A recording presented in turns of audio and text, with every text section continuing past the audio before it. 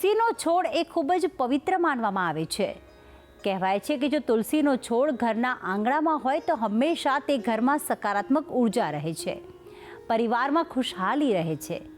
ત્યારે કેવી રીતે કરવું તુલસી માતાનું પૂજન અને કયા છે તુલસીના પાન તોડવાના નીતિ નિયમો, અને જો તુલસી સુકાઈ ગઈ હોય તો તેના કાષ્ટનો ઉપયોગ ક્યાં ક્યાં કરી શકાય, આવો જાણીએ આજની ખાસ વાત. જજ્જાગ્રતો દૂરમુદૈતિ દૈવં તદસુપ્તસ્ય તથૈવૈતિ દુરંગમન જ્યોતિખાન જ્યોતિરેકંતન મે મનઃ શિવ સંકલ્પમસ્તુ. જય ભગવાન મિત્રો, હું છું પ્રફુલભાઈ પંડ્યા. ભક્તિ સંદેશ કાર્યક્રમની અંદર આપનું સ્વાગત છે. મિત્રો, આજે ખાસ કરીને હું તમને જણાવીશ તુલસીના કાષ્ટનું શું છે મહત્વ, તુલસી માતાના પાન કયા દેવને અર્પણ ન થાય, તુલસીજીની જો માળા તમારે ધારણ કરવી હોય તો તુલસી માળા ધારણ કરવાની વિધિ શું છે, સંપૂર્ણ જાણકારી આજના કાર્યક્રમમાં હું તમને જણાવવાનો છું. એવું કહેવાય છે કે તુલસી હેમ રૂપા ચ રત્ન રૂપા ચ મંજરીમ.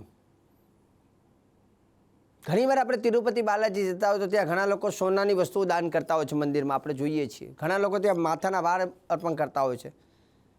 પણ જે લોકો સુવર્ણ દાન કરે છે એના કરતાં શ્રેષ્ઠ તુલસીના પાન માંજર સાથે જો ભગવાનને અર્પણ કરે છે તો ભગવાન બહુ પ્રસન્ન થાય. કેમ કે તુલસી હેમ રૂપા ચ, તુલસીના પાનને છે ને સુવર્ણ ગણવામાં આવેલું છે, અને રત્ન રૂપા ચ મંજરીમ, એની જે માંજર છે ને એ રત્ન ગણવામાં આવે છે. સોનું અને રત્નયુક્ત, મતલબ તુલસીના પાન માંજર સાથે અર્પણ કરવાથી ભગવત કૃપા પ્રાપ્ત થાય છે. ઘણા લોકો કહે શાસ્ત્રીજી અમારા ઘરમાં તુલસી સુકાઈ જાય છે, હવે અમારે શું કરવું? મિત્રો, તુલસી કેટલા સુકાઈ જાય ને તો એને લાકડાનું પણ બહુ મહત્વ છે. એને ક્યાંય ફેંકી નહીં દેવાનું, એનો શ્રેષ્ઠ. કેમ કે પદ્મપુરાણની અંદર એનો ઉલ્લેખ છે કે તુલસીની લાકડીનું પણ બહુ મહત્વ છે. જેમ કે કોઈ ભગવાનનો આપણે એક દીવો કરીએ, પણ તમે જો એક દીવામાંથી બીજા બધા આપણે દીવા પ્રજ્વલિત કરતા હોઈએ, પણ તુલસીના લાકડાથી એ દીવો બીજો દીવો પ્રગટાવો છો તો એક દીવો પ્રગટાવો મતલબ 1000 દીવા ભગવાનને પ્રગટાવ્યાનું ફળ મળે છે. સહસ્ત્ર કહેતા 1000 દીવા પ્રાગટ્યનું ફળ મળે છે. એ તુલસીના કાષ્ઠથી દીવો કરવામાં આવે તો. બીજી વાત કહી દઉં, કોઈ વ્યક્તિનું મૃત્યુ થયું હોય, અગ્નિ સંસ્કાર કરવા એને લઈ જતા હોય અને તમારા ઘરમાં સુકાયેલા તુલસીનું કાષ્ઠને એ જીવની જોડે જો મૂકી દેવામાં આવે અને કાષ્ઠ એને સ્પર્શ થાય અને એ વખતે અગ્નિ સંસ્કાર થાય તો એ જીવને સ્વયં સામે પગે નારાયણ લેવા આવે છે. આવું શાસ્ત્રમાં લખ્યું છે. ત્રીજી વસ્તુ કહી દઉં, તુલસીના લાકડાને નાના નાના ભાડા કરી અને મૂકી રાખવાનું. જ્યારે તમારે ત્યાં હવન થતો હોય અને હવનની અંદર તુલસીના કાષ્ઠનો જો ઉપયોગ કરવામાં આવે છે તો શાસ્ત્ર એવું કહે છે કે કોઈ પણ યજ્ઞ કરો એ યજ્ઞનું શીઘ્ર ફળ તમને પ્રાપ્ત થાય છે. આ તુલસીના કાષ્ઠનું મહત્વ છે. તુલસી કયા દેવને અર્પણ ન કરાય અને કોને અર્પણ કરાય? આમ તો તુલસી ખાસ કરીને વિષ્ણુ ભગવાનને અર્પણ કરાય, શાલિગ્રામ સ્વરૂપ વિષ્ણુ ભગવાનને અર્પણ કરાય. અને શંખ હોય તો શંખની ઉપર અવશ્ય તુલસી મૂકવું જોઈએ. પણ ગણેશજીને ક્યારેય તુલસી અર્પણ ન કરતા. ગણેશજીને તુલસી અર્પણ કરો તો પાપ લાગે છે, શ્રાપ લાગે છે. કેમ કે તુલસી અને ગણેશજીએ એકબીજાને શ્રાપ આપેલા છે. એ કથા છે એની આખી. એટલે ક્યારેય ગણેશજી ઉપર તુલસી અર્પણ ન કરવી જોઈએ. તુલસીજી આગળ કઈ કઈ વસ્તુ ન હોવી જોઈએ? એક તો ગણેશજી ના રખાય, શિવલિંગ ના રખાય, પ્લસ જૂતા જે આપણે ચપ્પલ પહેરતા હોય ને એ ક્યારેય તુલસીના કુંડાની આજુબાજુ ત્યાં ન રાખવા, નહીં તો કંગાલ થઈ જવાય. સાવરણી, કચરો વાળવાની જે સાવરણી તુલસીના કુંડા આગળ ના રાખજો. કચરા પેટી, સિટીમાં આપણે ઘણી વખત જોયું છે, ઘરની બહાર દરવાજાની બહાર તુલસીનું કુંડું હોય અને ત્યાં કચરા પેટી પડેલી હોય. આ રીતે ભૂલ ના કરતા. તકલીફ થશે. તુલસી માળા જેને ધારણ કરવી હોય તો તુલસી માળા ધારણ કરવાની પણ વિધિ તમને કહું છું.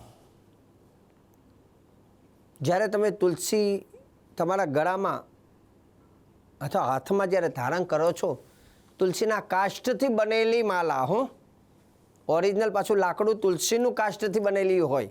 ઘણી વાર તો બીજા લાકડા ઉપર કલર ચડાવીને બજારમાં ઘણું મળતું હોય છે, પણ ઓરિજિનલ તુલસીના લાકડામાંથી બનેલી માળા, તુલસી કાષ્ઠ સંભૂતે માલે કૃષ્ણ જનપ્રિયે બિભર્મી ત્વામહમ કંઠે કુરુ મામ કૃષ્ણ વલ્લભમ. એવું કહેવાય છે કે જે વ્યક્તિ પોતાના કંઠમાં તુલસીની માળા, તુલસીની કાષ્ઠમાંથી બનેલી માળા ધારણ કરે છે તો એ વ્યક્તિને વૈકુંઠની પ્રાપ્તિ થાય છે. ગળામાં તુલસીની માળા હોવાથી વૈકુંઠની પ્રાપ્તિ થાય છે. તુલસી જ્યારે ધારણ કરો છો ત્યારે એ તુલસીજીને શક્ય હોય તો શાલિગ્રામ અથવા વિષ્ણુ ભગવાનને સ્પર્શ કરીને પછી ધારણ કરવી. ઘણા લોકો કે શાસ્ત્રીજી અમારે કેટલા મણકાની માળા પહેરવી, તો એનું પણ શાસ્ત્ર પ્રમાણ આપ્યું છે કે જો 14 મણકાની માળા પહેરો છો તો મનુષ્યને સુખની પ્રાપ્તિ થાય છે અને મોક્ષની પ્રાપ્તિ થાય છે. 20 મણકાની જો માળા પહેરો છો તો મનુષ્યને ઐશ્વર્યની પ્રાપ્તિ થાય છે. 25 મણકાની જો માળા પહેરે છે મનુષ્યને મોક્ષ આપે છે. 27 મણકાની માળા પહેરવાથી મનુષ્યને પુષ્ટિદાયક બને છે. 30 મણકાની માળા પહેરવાથી ધન પ્રદાન થાય છે. 50 મણકાની માળા પહેરવાથી એ માળા સિદ્ધ માળા બને છે અને મનુષ્યની કામનાઓની પૂર્તિ કરે છે. સાથે સાથે 108 મણકાની માળા પહેરવાથી પણ મનુષ્યની સંપૂર્ણ ઈચ્છાઓની પૂર્તિ થાય છે, સર્વ કાર્ય સિદ્ધિ થાય છે. ઘણા લોકો એવું કહેતા કે શાસ્ત્રીજી અમે માળા બજારમાંથી લાવ્યા છે તો અમારે એને એક્ટિવ કઈ રીતે કરવી? જો તમારે માળાને એક્ટિવ કરવી હોય તો માલા દેવીનો મંત્ર લો. માલા દેવી એ કોણ? તો શાસ્ત્રમાં વર્ણન કરેલું છે ચંડી પાઠમાં.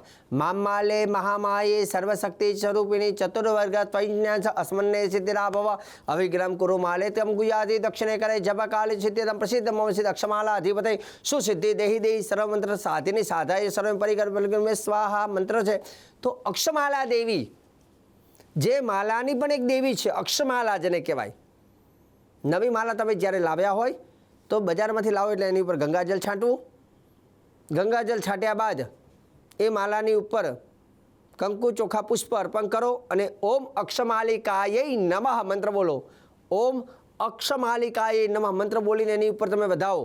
અક્ષમાલા દેવીને પ્રાર્થના કરો કે હે અક્ષમાલા દેવી, હું આ માલાને ધારણ કરું છું અને આ માલાથી કરવામાં આવતા જપ અથવા ધારણ કરવાથી એનું ફળ મને પ્રાપ્ત થાય. આ રીતે કરી શકાય. સાથે સાથે એવું કહેવાય છે કે તુલસી, શાલિગ્રામ અને શંખ આ ત્રણેય વસ્તુને ભેગી રાખવી બને ત્યાં સુધી, જોડે રાખવા જોઈએ, એને વિયોગ ન કરવા જોઈએ. જે ઘરમાં શાલિગ્રામ હોય, શંખ હોય તો શંખની ઉપર અને શાલિગ્રામ ઉપર તુલસી રોજ સવારે ચડાવવાના. એનાથી આર્થિક લાભ થાય છે. પણ ઘણા લોકો એવી ભૂલ કરતા હોય છે કે સાંજે પાછા ઉતારી લેતા હોય છે, સવારે નવા ચડાવતા હોય છે, તો પણ એક પાપ છે. મનમાં થાય શાસ્ત્રીજી કેમ આવું? કહી દઉં. શાસ્ત્ર કહે છે કે શાલગ્રામ ચ તુલસી શંખમ એકેવ એવ ચ યો રક્ષતી મહાજ્ઞાની સ ભવેત શ્રી હરિપ્રિયા. તુલસી પત્રમ વિચ્છેદમ શાલગ્રામમ કરોતિ યત તસ્ય જન્મંતરે કાર્ય સ્ત્રી વિચ્છેદનમ ભવિષ્યતિ. તુલસી પત્ર વિચ્છેદમ શંખે યોહી કરોતિ ચ ભાર્યાહીનો જો હવે આનો અર્થ હું તમને કહીશ. ભાર્યાહીનો ભવેત સોપી રોગી સપ્ત જન્મ શોક. જે વ્યક્તિ તુલસીજી શાલિગ્રામ અથવા શંખ ઉપરથી ઉતારી લે છે, મતલબ એનાથી વિયોગ ના કરો. તમારે નિયમ એવો છે કે સવારે તમે તુલસી ચડાવો તો બીજા દિવસે સવારે જ્યારે નવું પાન ચડાવો છો ત્યારે જૂના પાનને લો, પછી નવું પાન તરત ચડાવી દો.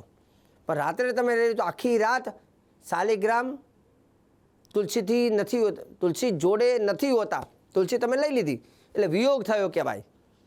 જે વ્યક્તિ શાલિગ્રામજીને તુલસી વગર રાખે છે અથવા શંખને તુલસી વગર રાખે છે તો એ વ્યક્તિ 7 જન્મ સુધી રોગી બને છે. 7 જન્મ લખ્યું છે, પાછું હું નથી કહેતો, શાસ્ત્ર કહે છે કે 7 જન્મ સુધી એને રોગ થાય છે. અને ભાર્યાહીનો ભવે જ સોંપી, પત્નીથી વિયોગ મળે છે, પતિ પત્નીમાં અનબનાવ થાય છે. પણ જે વ્યક્તિ તુલસી રોજ અર્પણ કરે, પ્રેમથી અર્પણ કરે અને બીજા દિવસે એ લઈ અને નવા અર્પણ કરે, હા એને તમે પ્રસાદ સ્વરૂપે પછી ગ્રહણ કરી શકો છો. પણ નવા ત્યાં શાલિગ્રામ અને શંખને તો તુલસી એક ચડાયેલું લીધું પછી નવું ચડાવી દેવાનું, અથવા સ્નાન કરાવીને લૂછીને પૂજા કરીને પછી તરત તુલસીનું પાન ચડાવી દેવાનું. બહુ વિયોગ રાખવાનો નહીં. આખી રાત જો તમે તુલસીજીને શાલિગ્રામ શંખથી અલગ રાખો છો તો એ વ્યક્તિને જીવનમાં ભાર્યાહીનો, ભાર્યા એટલે પત્ની થાય, પત્નીથી વિયોગ થાય છે, પતિ પત્નીમાં અનબનાવ થાય છે અને 7 જન્મમાં રોગી થાય છે એ તો અલગ. અને આવું શાસ્ત્રમાં પ્રમાણ આપેલું છે. એટલે ઘણી વખત આપણને જાણતા કે અજાણતા આપણને ખબર અમુક શાસ્ત્રના નીતિ નિયમનું ન હોય તો આવું બધું થતું હોય છે. તો એટલે જ ભક્તિ સંદેશ કાર્યક્રમ સદૈવ આપ નિહાળવાનું રાખો, જેથી તમને શ્રેષ્ઠ જાણકારી, સુંદર જાણકારી મળતી હોય છે. બીજું કે આ અત્યારે હાલ જે દિવસો ચાલે છે, તુલસીજીના દિવસો ચાલે છે, દેવઉઠી 11 માંડી અને પૂનમ સુધી, જ્યાં તુલસી વિવાહ થતા હોય છે, તુલસીની વિશેષ પૂજા થતી હોય છે. તો આ દિવસોમાં પણ તમે નિત્ય તુલસી માતાને જલ અર્પણ કરો અને એમાં શ્રેષ્ઠ શેરડીનો રસ હોય તો તુલસીના અંદર શેરડીનો રસ એક દિવસે ચડાવો, એક દિવસે થોડું કાચું દૂધ ચડાવો, વધારે નહીં ચડાવવાનું, થોડુંક જ કાચું દૂધ ચડાવો. એક દિવસે એક પાત્રમાં થોડું કુમકુમ નાખીને કુમકુમયુક્ત જલ ચડાવો. તો આ ઉપાયો કરવાથી તુલસી માતા વધારે પ્રસન્ન થાય છે. તો દર્શક મિત્રો, આજે તુલસી માતાનું મહત્ત્વ, તુલસીના કાષ્ટનું મહત્ત્વ, તુલસીના નિયમનું મહત્ત્વ મેં કહ્યું છે. અને આગળ પણ ભક્તિ સંદેશ કાર્યક્રમમાં હું પ્રફુલ્લ પંડ્યા આવી જ જાણકારી, શ્રેષ્ઠ જાણકારી, સુંદર જાણકારી રોજે રોજ આપતો રહીશ. કાર્યક્રમ જોવાનું ચૂકતા નહીં. મને આપી દો રજા.